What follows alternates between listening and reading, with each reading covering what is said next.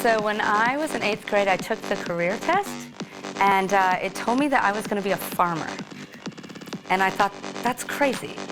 I mean, I'm raised by a feminist. I'm not going to be a farmer. And now I realize that it definitely has to do more with planting seeds. I have not created all of these folks, but I would like to think that I gave them a platform, that my team has created this atmosphere where they can grow, and that we can create a launching pad for them each year to come back and show themselves to Dallas. My name is Julie McCullough, and I'm the founder of the Pin Show in Dallas.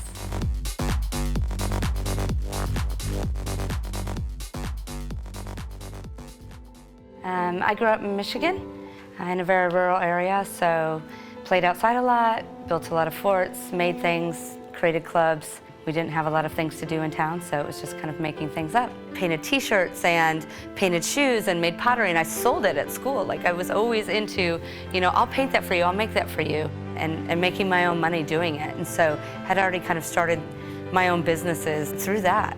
I actually had finished school in Chicago and was working through .coms as a marketing strategist. I loved that job, it was a lot of fun. I just wanted a change of atmosphere and had been to Texas once, so packed up the U-Haul and brought my job here and just gave it a try. Shortly after I moved here, the bubble burst, .com kind of fizzled out for a lot of companies. So that's when I was like, I wish there was somewhere I could go and learn how to make really cool things, and a really cool sewing shop that had projects that I was interested in. And so I was like, oh, well, why don't we just do that and just make that place? So that's kind of where the idea for Make came from.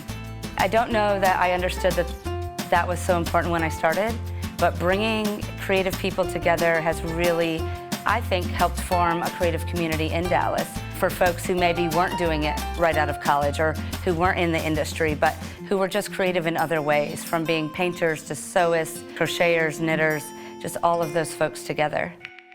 After the first year, all of these creatives kind of coming together, they were making things and they were turning out this product, and it was awesome, but there was no commerce attached to this creative collective that we had formed. So, of course, the Urban Street Bazaar became an outlet for so many creatives, including those who were starting their own fashion line. I know Abby Farron did our very first Urban Street Bazaar.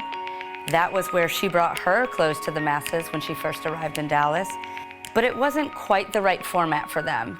Some of the designers approached and said, I really wish there was something like Urban Street Bazaar, but runway. I wish that we could translate this same momentum into runway for independence. For us, from the beginning, the reason for this show was community. And so a group of us sat down and tried to name this event. We decided we would pin it together, and we decided the name The Pin Show would hold it. And so that's where the name came from. The Pin Show every year doesn't have a magic number, but we do show about 22 designers each year on the runway.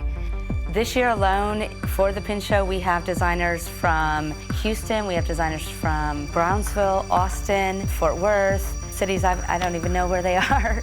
But we have designers from all over Texas. When I decided to do this event, of course, I have no experience in the industry.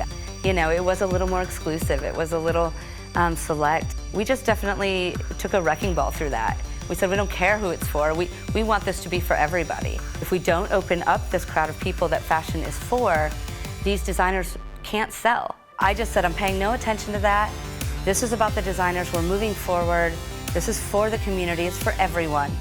And luckily, it did work out. And to this day, we are still the event that brings together all the modeling agencies and all the stylists and all the talent under one roof. And they really do enjoy themselves.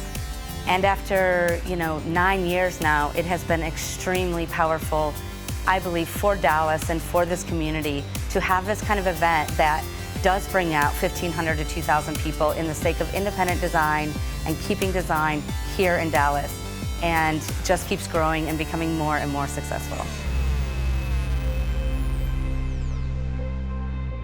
For me, if I'm shaping Dallas, then I would like to think that, again, I am responding to needs. With Make, it was creating a space where creatives could go and create. And with Urban Street Bazaar, it was creating a commerce space for those creatives. With the Pin Show, it was creating a platform for designers who didn't have one. So for Dallas, it did kind of have a blank canvas and an empty field when we started. And so for us, it was planting the seeds for these designers and finding all of the things that they needed to water and grow. And that includes runway, manufacturing, all of the things that they need to bring up this independent scene in Dallas. And we want to be that for them. And with the momentum that Dallas creatives have right now, I definitely want this to be a part of that story.